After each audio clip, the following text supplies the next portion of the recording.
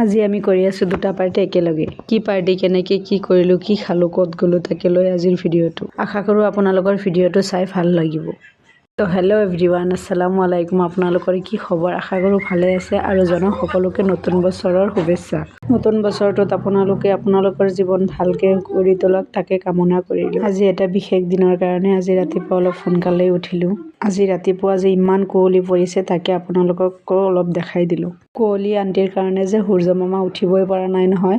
সূৰ্য মামাই আমাৰ মাজত আহিবলৈ উকি মাৰি আছে। আজি কিয় বিশেষ দিন বুলি ক'লো তাকে কোৱাই নহল নহয়। আজি হ'ল মোৰ মানুহজনৰ জন্মদিন আৰু ইফালে বছৰৰ প্ৰথমটো দিন, মানে 1 জানুৱাৰী। সেইটো কাৰণে দুটা পাৰ্টি হ'ব গৈ আছে আজি আমাৰ ঘৰত একেলগে। ময়ো ৰাতিপুৱাৰ পৰা উঠি জোৰ কদমে আৰম্ভ কৰিলো কামবোৰ কৰিবলৈ। কালি ৰাতিয়ে মই গাখীৰ আনি ফ্ৰিজত ভৰাই ৰাখিছিলো। পায়স বনাবলৈ মই চাউলখিনিও ওলাই ললো। গাখীৰখিনি উতলাবলৈ দি মই ইফালে বাচন বৰ্তন কেইটাও ধুই ললো। ধুই ইমান ঠাণ্ডা লাগিছে নহয়। ইফালে বাহিৰত চাওঁ হাজবেণ্ডে ধুনীয়া জুই লগাইছে, তাতে অকণমান জুই সেকি আকৌ আহিলো ইফালে কামত। ইমান ঠাণ্ডাত ইমান ধুনীয়া জুই সেকিলো না, ইমান ভাল লাগিলে। হ'লেতো নহ'ব, কামটো কৰিব লাগিব।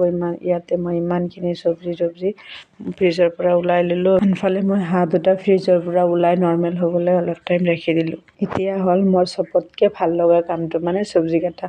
আচলতে মই চব্জি কাটি বহুত ভাল পাওঁ আৰু ভালো লাগে চব্জি কাটি। আমি মানুহ মাত্ৰ দুটা, সেইটো কাৰণে আমাৰ চব্জিও ইমান নালাগে।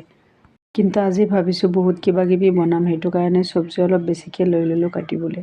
আনফালে মই পায়স বনাব দিছিলো, পায়সখিনি প্ৰায় হ'লে। চাওকচোন কালাৰটো কিমান ধুনীয়া আহিছে পায়সৰ। ইফালে আমাৰ বাৰ্থডে বয় ৰেডি হৈ বহি আছে পায়স খাবলৈ।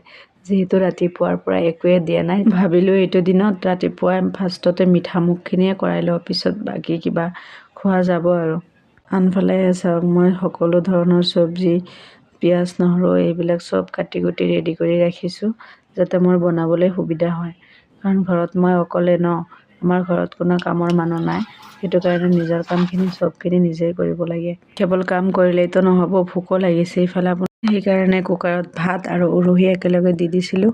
ইফালে উৰহি ভৰ্তা বনালোঁ আৰু ৰাতিৰ অকণমান চব্জি আছিলে সেইটোকে দি অলপ খাই ল'লোঁ। খাই লোৱাৰ পিছত অকণো ৰেষ্ট নোলোৱাকৈ ইফালে আহি গ'লোঁ বনাবলৈ।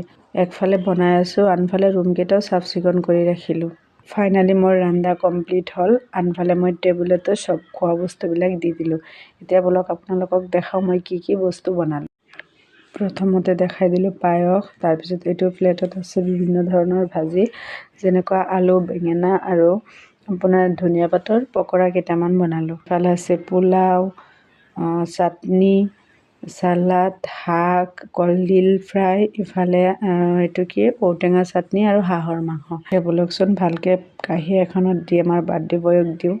ইফালে বাৰ্থডে বয়ো বহিও গৈছে খাবলৈ। খাই মেলি ৰেষ্ট লৈ আমি অলপ গৈ আছোঁ ওলাই। ক'ত গ'লোঁ সেইটো আপোনালোকক নেক্সট ভিডিঅ', কাৰণ এইটো ভিডিঅ'ত দেখাবলৈ গ'লে বহুত ডাঙৰ হৈ যাব। আজিৰ ভিডিঅ'টো আপোনালোকক কেনেকুৱা লাগিল, যদি ভাল লাগে এটা লাইক কমেণ্ট কৰি দিব। Okay bye.